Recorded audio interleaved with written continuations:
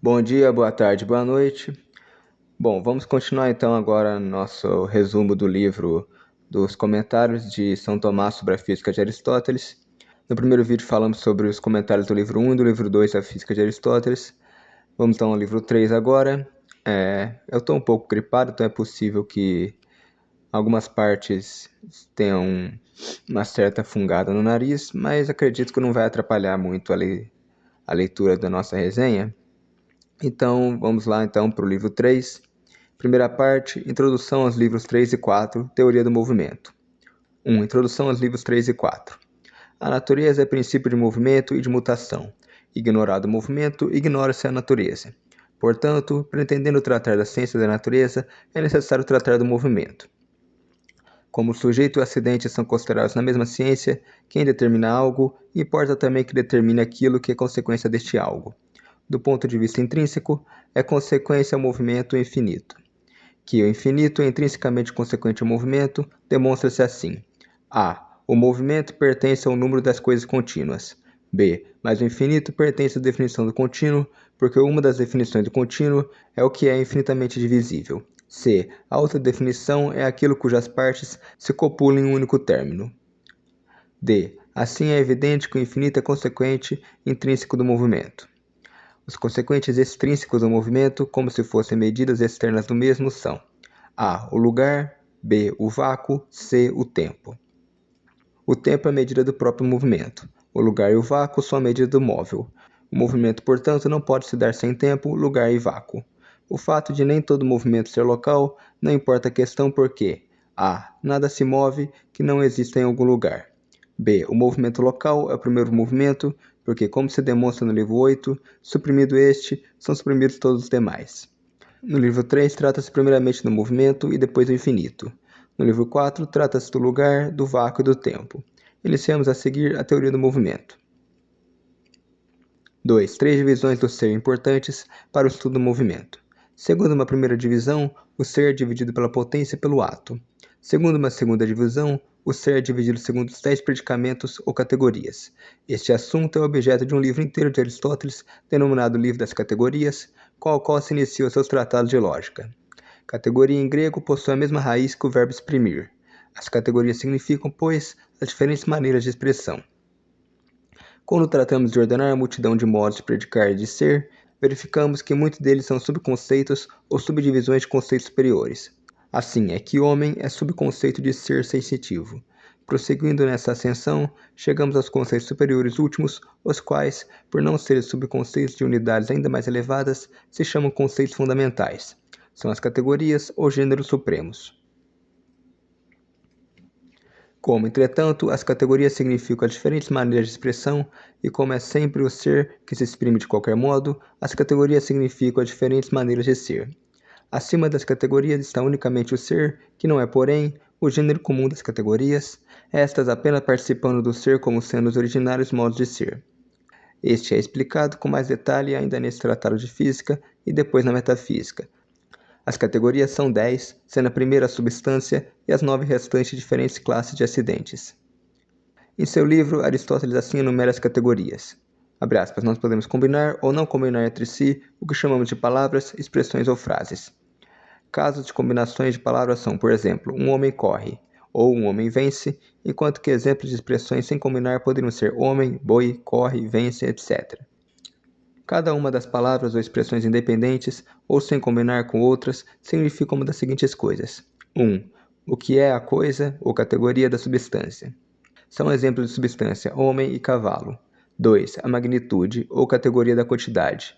É o exemplo de quantidade comprido de 2 metros. 3. Que classe de coisa é ou a categoria da qualidade. São exemplos de qualidade branco e gramatical. 4. Com que se relaciona ou a categoria da relação. Os termos metade, duplo, maior denotam uma relação. 5. Onde está ou a categoria de lugar. No mercado, no liceu, significa um lugar. 6. Quando ou a categoria de tempo. O tempo expressado por locuções como ontem, no ano passado e outras tais. 7. Em que posição está ou a categoria da posição. Está deitado ou sentado significa uma posição. 8. Quais são suas circunstâncias ou a categoria do hábito. Está calçado ou está armado significa um hábito. 9. Sua atividade ou a categoria da ação. corta ou queima significa uma ação. 10. Se o padecer ou a categoria da paixão é cortado ou se queima, significa uma paixão. Nenhum desses termos em si mesmo denota uma afirmação positiva ou assertiva. As afirmações, assim como as negações, só podem se dar quando vários termos se combinam ou se unem entre si. Toda asserção positiva ou negativa deve ser verdadeira ou falsa. Porém, as expressões ou as palavras, não combinadas com outras, por exemplo, homem, branco, corre, vence, nunca podem ser verdadeiras ou falsas. A terceira divisão do ser importante para o estudo do movimento é a divisão da categoria da relação, que pode ser dividida considerando-se as relações que se fundamentam sobre a quantidade e as relações que se fundamentam a ação e a paixão. A justificativa para a importância dessa terceira divisão consiste em que o movimento de alguma maneira parece pertencer à categoria da relação, na medida que o ser movido se refere ao móvel.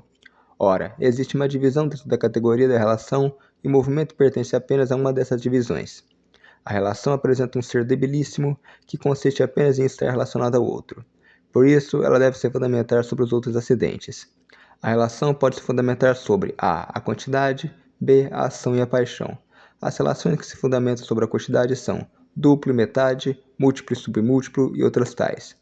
As relações que se fundamentam sobre a ação e a paixão são o que esquenta e o esquentado, o pai e o filho, o patrão e o servo e outras tais. A este segundo tipo pertence o movimento, porque nele se encontra o móvel e o movido. 3. O movimento das categorias. O movimento não se situa além do gênero das coisas, isto é, das categorias, nas quais o movimento existe. Todo ser que se movimenta segundo a substância, b. a quantidade, c. a qualidade, d. o lugar. É nessas categorias que se situa o movimento. As categorias não são contidas debaixo de nenhum outro predicamento, como se fosse o gênero delas. O ser é comum às categorias segundo uma analogia, e não como gênero é comum às espécies. De onde que se manifesta que o movimento não se situa fora das categorias, porque nada está fora delas, já que o ser é suficientemente dividido pelas mesmas. Entretanto, o movimento é dividido assim como as categorias. Essa afirmativa não é explicado no texto do comentário e parece referir ao fato de que o movimento seria dividido mais adiante segundo as 4 categorias nas quais é encontrado. 4. Comentário sobre uma possível definição de movimento.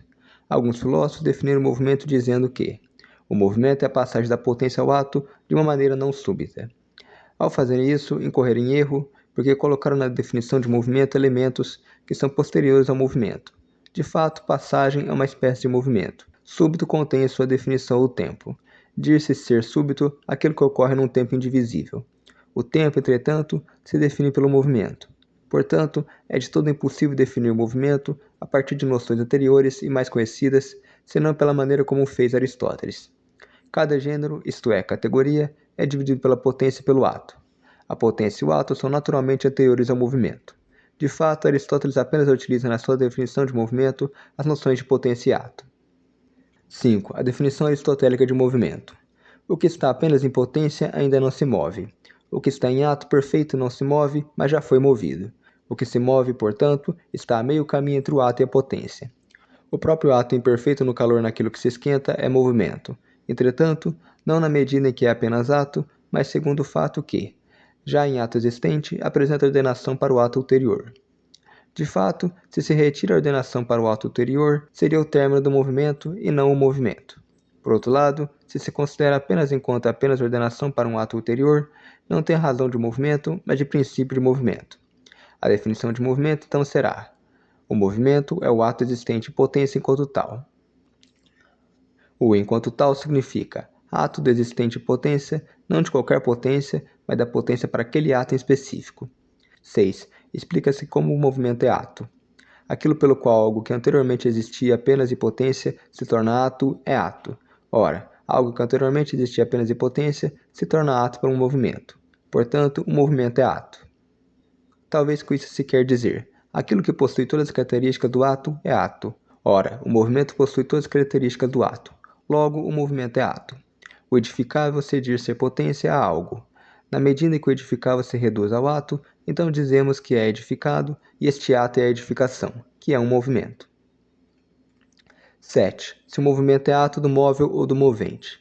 Se o movimento é ato do móvel ou do movente, é uma questão que é resolvida colocando uma nova definição de movimento obtida por silogismo. A. O movimento é o ato do existente potência enquanto tal. B. O existente potência enquanto tal é o móvel. C. Portanto, o movimento é o ato do móvel enquanto tal. Mais adiante se alargará essa opinião, mostrando que, sob diferença de razão, o movimento pode ser tanto ato do móvel como do movente, mas numa acepção mais primitiva, é ato do móvel. Todavia, mesmo quando possa ser considerado ato do movente, ele não se situa no movente e sim no móvel. Isso deriva do fato de que o ato do movente e do móvel não são dois movimentos, mas um único movimento pelo número, diferindo pela razão. 8. Todo ente é movido. Que o movente se move demonstra-se assim. A. Tudo que antes estava em potência e depois passou ao ato, de alguma forma se moveu. B. Entretanto, o movente é primeiramente movente em potência e depois movente em ato. C. O movente, portanto, se moveu. É necessário agora explicar como ocorre ao movente ser movido. O fato do movente ser movido não ocorre intrinsecamente ao fato de mover, mas ao fato que move tocando. Explica-se assim. Mover é agir sobre aquilo que é movido, mas este agir se faz pelo toque, porque os corpos agem tocando. Assim, o movente é movido quando este toque é mútuo, quando o motor toca e é tocado, como acontece nas coisas que se comunicam pela matéria. Entretanto, os corpos celestes, diz Aristóteles, não se comunicam com os corpos inferiores pela matéria e dessa maneira não são tocados pelos mesmos. Tocam, mas não são tocados. Dessa maneira, movem, mas não são movidos. 9. Reexplicação. Apesar do movente ser também movido, o movimento, todavia, não é ato do movente, mas do móvel, e isto enquanto móvel. O movimento não compete ao movente per se, mas por acidente, enquanto ele também é móvel. 10. Onde está situado o ato do movimento? Já foi dito que o movimento é ato do móvel, mas convém também perguntar se o movimento está no móvel ou no movente. Deve-se responder isso que aquilo que é ato de alguém está naquilo de quem é ato. Assim, o ato do movimento está no móvel, embora seja nele causado pelo movente. 11. Relacionamento do movimento para com o movente. Embora o movimento seja ato do móvel, de uma certa forma é também ato do movente. De fato, de uma certa maneira, o movimento pode ser ato tanto do movente como do móvel. Isso se explica assim. Tudo que pode ser dito segundo a potência e ato tem algum ato a si mesmo competente. Ora, A. Aquilo que é movido é chamado móvel em potência, enquanto pode ser movido e movido em ato, enquanto já movido em ato. B. Aquilo que é movente em potência, enquanto pode mover, e movente em ato, enquanto está movendo. Portanto, compete tanto ao movente quanto ao móvel um certo ato. Entretanto, o ato do movente não é outro além do ato do móvel. Aquilo que o movente agindo causa é exatamente o mesmo que o movido, sofrendo essa ação, recebe. Isso fica mais claro através do seguinte exemplo. A distância do número 1 ao número 2 é a mesma que a do número 2 ao número 1, mas ambos diferem pela razão. De fato, uma é dita duplo e a outra é dita metade. No movente e no movido ocorre da mesma maneira. O movimento é ato do movente na medida em que procede do movente para o movido. O movimento é ato do movido na medida em que se situa no móvel provocado pelo movente. Mas de maneira mais própria, o movimento é ato do movido e não do móvel. Pelo menos, isso é o que se parece depreender do conjunto da doutrina de Aristóteles sobre esse assunto. 12. Movimento, ação e paixão. Levanta-se uma dificuldade. Conforme foi dito, ao movente ou ao móvel compete um certo ato. Assim, existe um ato do ativo e um ato do passivo. O ato do ativo é chamado ação e o ato do passivo é chamado paixão. Dito de outra maneira, a obra e o fim de cada coisa é o ato dessa coisa e sua perfeição. Como a obra e o fim do agente é a ação é o ato do agente. Como a obra e o fim do paciente é a paixão é o ato do paciente. Ora, tanto a ação quanto a paixão são movimentos. Portanto, surge a primeira dificuldade. Se tanto a ação quanto a paixão são movimentos, poderiam ser a. O mesmo movimento, b. Movimentos diferentes. Se são diversos movimentos, a. Ambos podem se achar no paciente, b. Um pode estar no paciente e o outro no agente, c. Ambos podem estar no agente. Se ambos estão no agente, isso não pode ser, porque já foi dito que o movimento está no móvel. Se a ação está no agente e a paixão está no paciente, como ação e paixão são movimentos, tanto o agente quanto o paciente se movem. Então, daí seguir-se-iam dois inconvenientes. A. Ou todo movimento é movido. B. Ou alguma coisa teria movimento e todavia não seria movida. Se ação e paixão, sendo dois movimentos, estivessem ambos no paciente, seguir-se-iam três outros inconvenientes. A ação sendo o ato do agente, seguir-se-ia o fato estranho de que o ato do agente não estaria no agente, mas no paciente, isto é, o ato de alguma coisa não estaria naquilo de quem ele é ato. B. Além disso, uma e a mesma coisa seria movida segundo dois movimentos. O mesmo sujeito pode ser movido por dois movimentos que terminam em diversas espécies de términos. Entretanto, como a ação e a paixão terminam na mesma espécie de término, isso representaria um absurdo, como se um mesmo e único sujeito fossem movidos por dois crescimentos. 13. Movimento, ação e paixão. Respostas às dificuldades levantadas.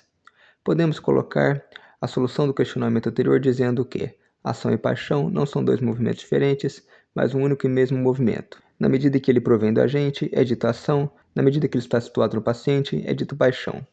14. Primeira objeção à solução. Uma primeira objeção a essa solução está em que, se a ação e paixão são um único movimento, e a ação é dita tal na medida que provém do agente, enquanto que a paixão é dita tal na medida que está situada no paciente, segue-se que o ato do agente de alguma forma está no paciente, e assim, o ato de alguma coisa não está naquilo de quem ele é ato.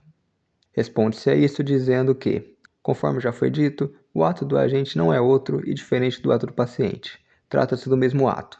Não é conveniente que o ato de um esteja em outro, mas sob razões diferentes. O que seria inconveniente é o fato de o ato de um estar em outro exatamente do mesmo modo e debaixo da mesma razão em que estivesse no primeiro. O ato do agente está no paciente como proveniente do agente e como recebido dele, e no agente como originado dele. 15. Segunda objeção à solução. Uma segunda objeção à solução apresentada consiste em que, se a ação e a paixão são um único movimento, seguir-se-ia que todo agente padece. Para responder isso, podemos considerar que não é necessário que o agente padeça, ainda que o agir e o padecer sejam o mesmo. Isso porque o agir e o padecer são o mesmo apenas pelo sujeito, mas não são o mesmo pela razão. 16. Terceira objeção à solução. Uma terceira objeção consiste em que, se a ação e a paixão são um único movimento, consequentemente o agir seria o mesmo que o padecer. Resolve-se essa dificuldade considerando que, se o ensino do mestre e o aprendizado do discípulo são a mesma coisa, não se segue que ensinar e aprender seja a mesma coisa, porque ensinar e aprender são termos que tomam razões diferentes de ação e de paixão. 17. Quarta objeção. Se a ação e a paixão são um movimento, a ação e a paixão seria a mesma coisa. Solução. Não se segue que a ação e paixão seja a mesma coisa, mas que o movimento é o mesmo. É um movimento que de acordo com uma razão é ação, e de acordo com outra razão é paixão. O movimento é o mesmo, de movente e de movido, porque abstrai de ambas a razão. A ação e a paixão diferem justamente por causa disso, porque o movimento inclui essas razões. Portanto, como o movimento abstrai as razões de ação e paixão, não pode ser contido na categoria de ação e nem na categoria de paixão. 18. Quinta objeção. Se a ação e a paixão são o mesmo movimento, não diferindo a não ser pela razão, não deveriam ser duas categorias, mas apenas uma, sendo as categorias os gêneros das coisas. Solução. O ente se divide em 10 predicamentos, não univocamente, como o gênero nas espécies, mas segundo diversos modos de ser. Os modos de ser, por seu turno, são proporcionais aos modos de se predicar. Assim, para deduzirmos quais são os modos de ser, e em particular, se a ação e a paixão são um ou dois modos de ser, podemos tentar descobrir quantos são os modos de se predicar.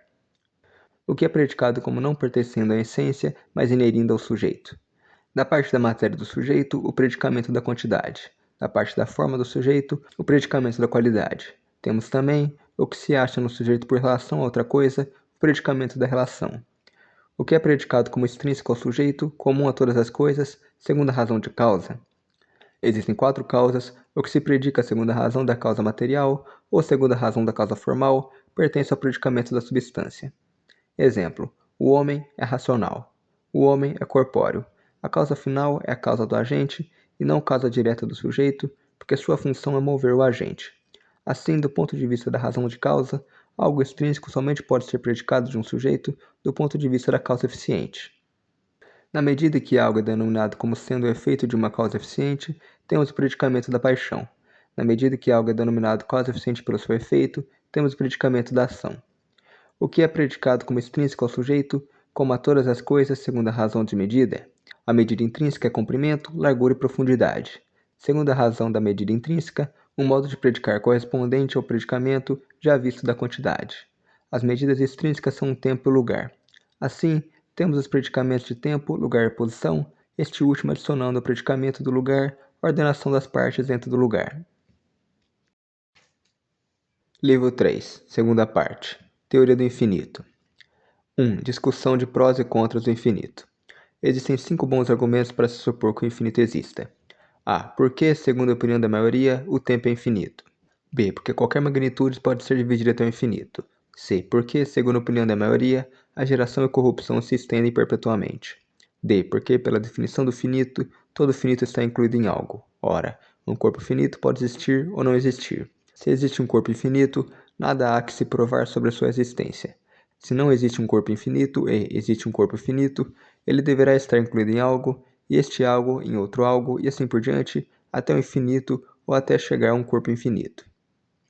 E, por causa do próprio fato do intelecto ser capaz de, a qualquer coisa finita dada, acrescentar sempre mais, como ao número, à magnitude matemática ou ao espaço. Portanto, é muito difícil negar o infinito, mas se o afirma, incorremos em outras incoerências. Para poder explicar essas incoerências decorrentes da suposição da existência do infinito, importa colocar uma divisão preliminar. 2. Divisão do infinito.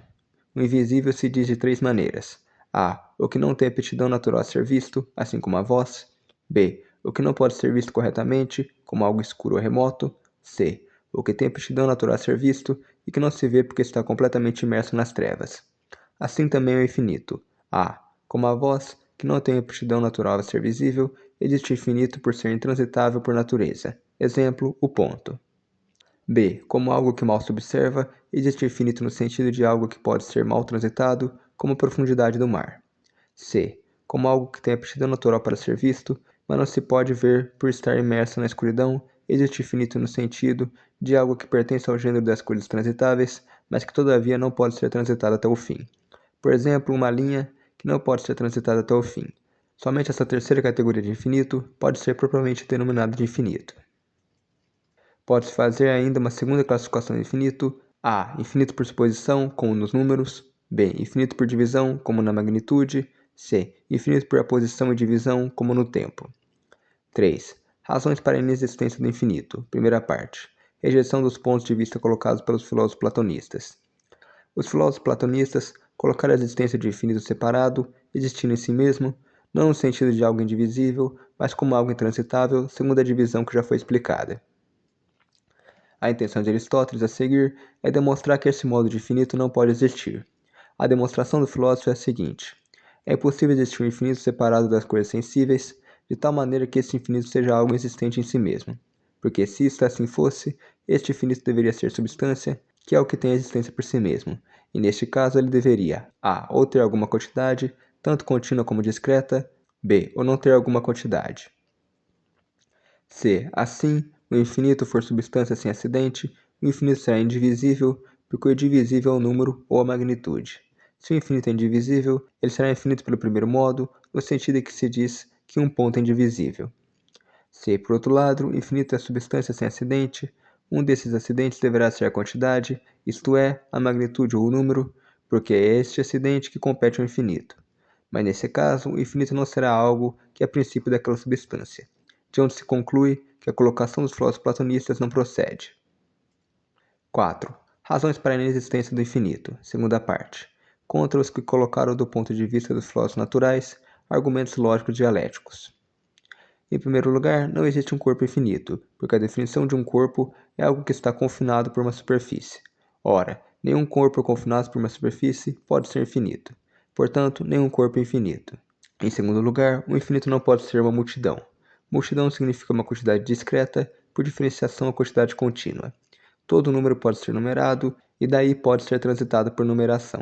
Portanto, todo número é transitável.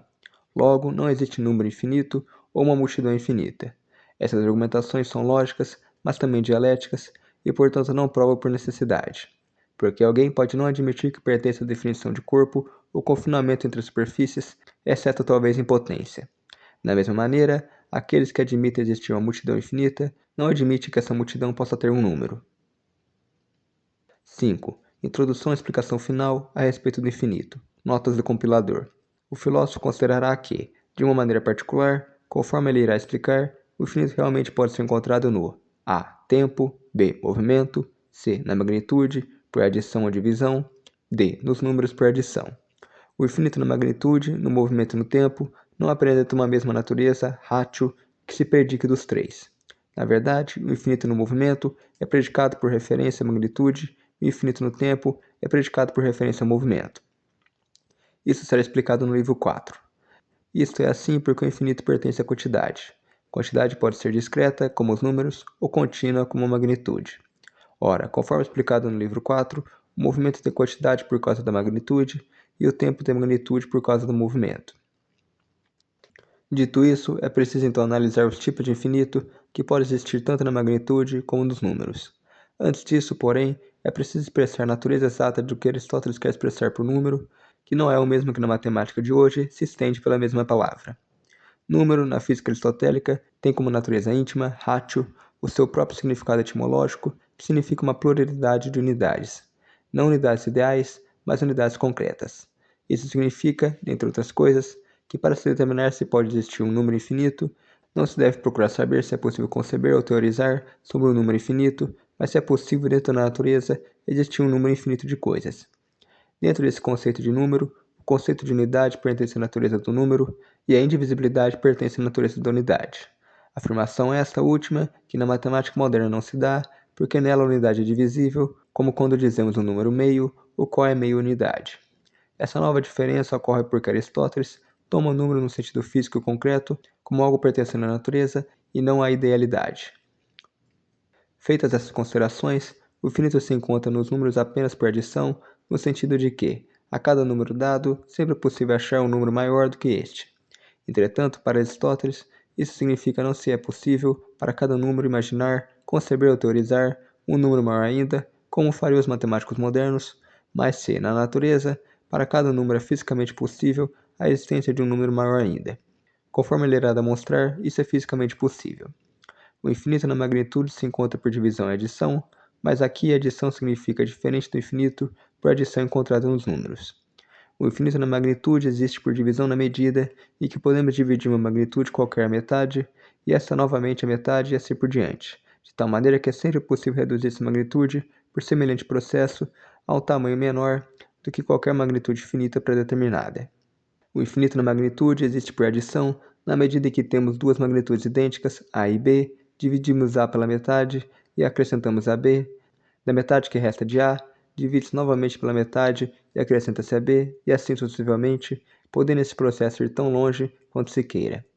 O infinito por adição é, dessa maneira, na magnitude, o inverso do infinito por divisão.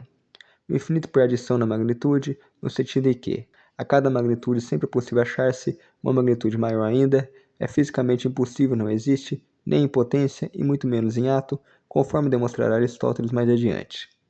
Entretanto, conforme também será mostrado, isso não contradiz o fato de que é possível encontrar-se esse tipo de infinito nos números. Uma parte do texto da teoria do infinito, que deveria vir antes da teoria que se segue e que foi omitida, procura demonstrar, com auxílio de conceitos das ciências naturais da época de Aristóteles, que é absolutamente impossível existir um corpo sensível de dimensões infinitas. A impossibilidade de, na magnitude, existir o infinito por adição, como nos números, pode ser demonstrada em decorrência deste fato. Esta, entretanto, parece não ser, no aristotelismo, a única via pela qual é possível demonstrar a possibilidade da existência de infinitos por adição na magnitude, pelo modo que ocorre nos números. 6. Determinação da verdade acerca da existência do infinito. O infinito existe apenas em potência. Através do que foi dito, na parte do texto da teoria do infinito que, conforme explicado, foi aqui omitido, fica manifesto que não pode existir um corpo infinito em ato. Entretanto, se o infinito é dito simplesmente não existir, segue-se que a. O tempo não será infinito e, portanto, terá um começo ou um fim. B. Que a magnitude nem sempre será divisível, chegando-se pelo processo da divisão a algo que não será mais magnitude. C. Que o número não poderá ser aumentado até o infinito. Já que nem é possível dizer que o infinito em ato existe, nem é possível dizer que o infinito simplesmente não existe, é necessário dizer que de alguma maneira o infinito existe e de alguma outra maneira o infinito não existe. O filósofo esclarecerá que este fato se explica porque o infinito não existe em ato, mas em potência. Entretanto, deve-se advertir adiantadamente, para maior clareza, que o infinito somente existe em potência, na magnitude por divisão, no número por adição e no tempo, mas quanto a um corpo sensível infinito, este não existe nem em ato nem em potência. Em seguida, o filósofo mostra que o infinito existe como ser em potência. Essa afirmação decorre do seguinte: a. Já foi mostrado que nenhuma magnitude é infinita em ato. Assim, nas magnitudes, o infinito por adição não é encontrado. B. Mais um número pode ser adicionado até o infinito e uma magnitude pode ser dividida até o infinito. C. Na verdade, porém, a adição de números e a divisão de magnitudes jamais conduziram alguém a mostrar, em ato, uma magnitude infinitamente dividida ou um número infinitamente grande. Essas coisas, na verdade, são ditas infinitas à medida em que podem ser adicionadas ou divididas, sem limitações. D. Segue-se, portanto, que o infinito existe como ser em potência. 7. Explica-se mais claramente como o infinito existe em potência. Existem duas maneiras de algo existir em potência. A, no sentido de que o todo pode ser reduzido ao ato. B, no sentido de que, em algum tempo mais tarde, ele virá a tornar-se em ato, não de uma vez, mas sucessivamente. O infinito não se diz em potência, no sentido de que, em algum tempo posterior, o todo estará em ato. O infinito se diz em potência pelo segundo sentido. Nesse sentido, infinito é dito ser em potência e em ato ao mesmo tempo, porque as coisas desse tipo estão simultaneamente em potência em relação a uma parte e suas possibilidades de adição ou divisão em ato em relação a outra parte. Deve ficar claro, portanto, que o fato de se encontrar um infinito por divisão na magnitude ou por adição nos números não significa esse infinito um número de dimensões infinitas em potência ou potência para uma magnitude infinitamente dividida, mas sim uma potência existente no número e na magnitude pela qual algo pode ser sempre dividido ou algo pode ser sempre adicionado infinitas vezes, nunca perdendo essa potência, por mais que se adicione ou divida. 8. Considerações intermediárias. O que é comum a todos os infinitos é que, em todos os tipos de infinito, aquilo que é designado como sendo infinito é sempre diferente em relação a alguma sucessão, de tal maneira que o que é designado como sendo em ato no infinito é na realidade um todo finito. Basicamente, o princípio de limite integral no cálculo diferencial integral, aqui uma nota minha, não do livro. Essa concepção é drasticamente diferente daquela concepção que a matemática infunde nos alunos de ciências exatas de um infinito em ato e como um todo completo. O que é diferente dos diversos tipos de infinito é que, do infinito na magnitude por divisão e adição, a coisa finita que nós tomamos sucessivamente, adicionando e dividindo, permanece e não se corrompe. Mas o infinito que se encontra no curso infinito do tempo e da geração humana, as coisas finitas que nela se acham são corrompidas continuamente. A diferença entre os infinitos por adição e divisão na magnitude consiste em que o infinito por adição na magnitude não é maior do que qualquer magnitude finita, mas o infinito por divisão na magnitude é menor do que qualquer determinada magnitude pequena. 9. A respeito de uma magnitude infinitamente grande. Não é possível, nem mesmo em potência, que toda determinada quantidade seja transcendida por adição, qualquer que seja essa quantidade. Porque se houvesse na natureza uma potência para adição transcendendo qualquer quantidade, seguir-se-ia que haveria um infinito em ato, e esse infinito será um acidente de alguma natureza. Mas já foi mostrado, na parte do texto que foi explicada acima ter sido aqui omitida, que é impossível existir um corpo infinito em ato, de onde se segue que não existe na natureza uma potência para uma adição transcendendo qualquer magnitude. Porque se houvesse uma potência para uma adição infinita, transcendendo qualquer magnitude, seguir-se-ia que haveria um corpo infinito em ato. Entretanto, como será mostrado adiante, uma adição infinita em números que transcenda qualquer número não está em contradição com este fato acima e nem sequer implica que possa existir um número infinito em ato. 10. Sobre a definição de infinito. Alguns filósofos definiram o infinito como aquilo além do qual nada existe. Mas essa definição não é correta. Segundo diz o filósofo, a definição correta seria aquilo além do qual sempre existe algo.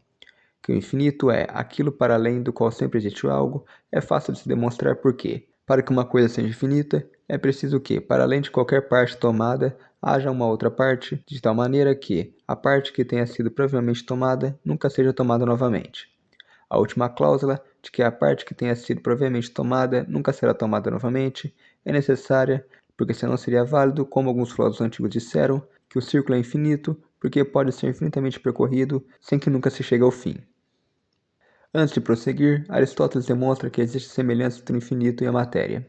O infinito por divisão existe somente em potência, e ele está simultaneamente em ato e em potência, no sentido que ele foi previamente discutido. E já que o infinito está sempre em potência, ele é semelhante à matéria, que está sempre em potência. O infinito não existe em si mesmo como um todo em ato, como o finito existe em ato. Demonstra-se a seguir, de um primeiro modo, que a definição dos antigos filósofos é incorreta. A definição, aquilo além do qual não existe nada, não é a definição do infinito, mas a definição do perfeito e do todo. o todo é definido como aquilo a qual nada lhe falta. E isso pode ser dito tanto para um todo particular, como também para aquilo que mais propriamente é um todo, isto é, o universo, além do qual não existe nada. Assim, fica claro que a definição de todo é realmente aquilo além do qual nada lhe falta. Continuando a demonstração, deve-se dizer, em segundo lugar, que, na ordem da natureza, o todo e o perfeito são a mesma coisa ou quase a mesma coisa. A cláusula "na ordem da natureza" se deve porque o todo não se encontra nas coisas simples, que não têm partes. Essas coisas, entretanto, da ordem da metafísica, são chamadas de perfeitas. Assim, aquilo além do qual não existe nada é também a definição do perfeito. Mas nada que lhe falte um fim é perfeito. Portanto, a definição acima não pode ser a definição do infinito.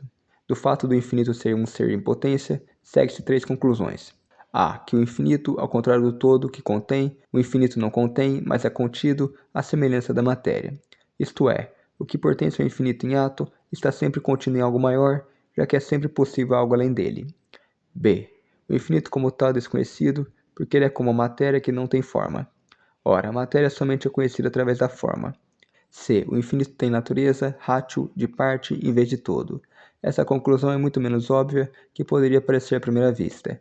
O infinito é corretamente relacionado com a parte, na medida em que somente uma parte dele pode ser tomada em ato.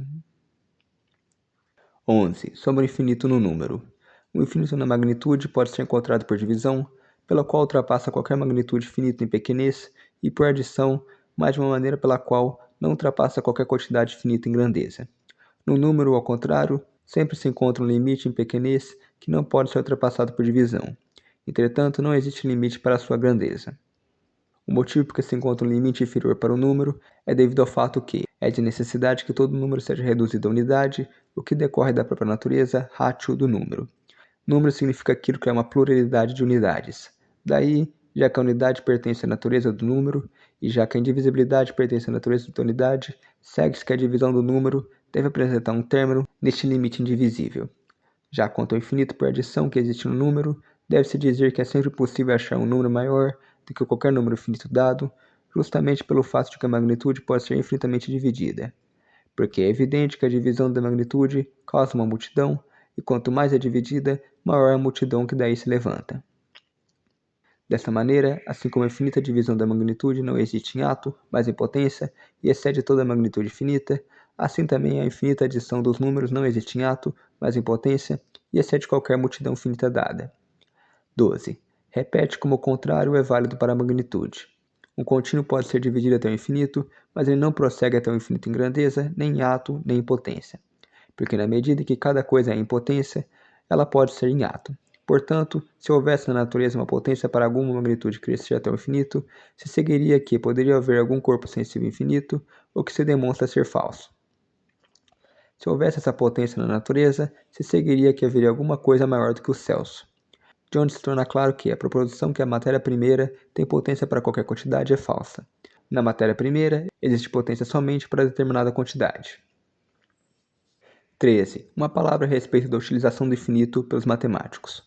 Do que foi exposto a saber que não existe magnitude infinita e ato, não se segue que se destrói o conhecimento matemático que se utiliza do infinito, como quando a geometria postula que uma linha é infinita. Isso porque os geômetras não necessitam de um infinito em ato para suas demonstrações, nem fazem uso dele. Requer-se meramente que haja uma linha tão grande quanto seja necessária para seus propósitos, da qual se possa subtrair o que se deseja. Portanto, para a demonstração geométrica, não importa se toma o infinito ou a maior quantidade finita, mas em relação ao problema da existência da coisa, importa muito se é de uma maneira ou de outra. 14. Resposta às objeções levantadas no início, que era a favor da existência do infinito em ato. Se a geração não cessa, então não existe infinito. Os filósofos antigos pensaram que a geração é preservada até o infinito porque ela ocorre por extração a partir de algum corpo. E isso não poderia ir até o infinito, a menos que esse corpo fosse infinito. Mas na verdade não existe necessidade desse corpo infinito em ato, porque toda a geração dos corpos sensíveis finitos pode ser explicada porque a corrupção de uma coisa corresponde à geração de uma outra. Cada corpo finito deve ser trocado por outro, e assim se procede até o infinito. Não se deve confundir ser tocado e ser limitado. Ser tocado ou ser incluído se predica por referência a um outro, corpo ou magnitude exterior. Ser limitado, entretanto, se predica absolutamente, na medida que essa coisa é limitada em si mesma por suas próprias fronteiras. Ora, não é necessário que cada coisa seja tocada por outra, mas sim que seja limitada. A cada magnitude finita, sempre é possível imaginar uma outra maior que a inclua. Se isso fosse verdade, haveria um espaço infinito e, portanto, um corpo infinito. Mas é um absurdo achar que tudo o que é concebível pelo intelecto exista na realidade. Trata-se apenas de uma apreensão do intelecto. O tempo é infinito pela sua própria natureza, porque escoa ininterruptamente até o infinito. O tempo e o movimento não são infinitos em ato, porque nada do tempo está em ato, exceto o agora. Bom, então com isso acabamos o livro 3 da Física de Aristóteles. Obrigado a todos que assistiram, até mais.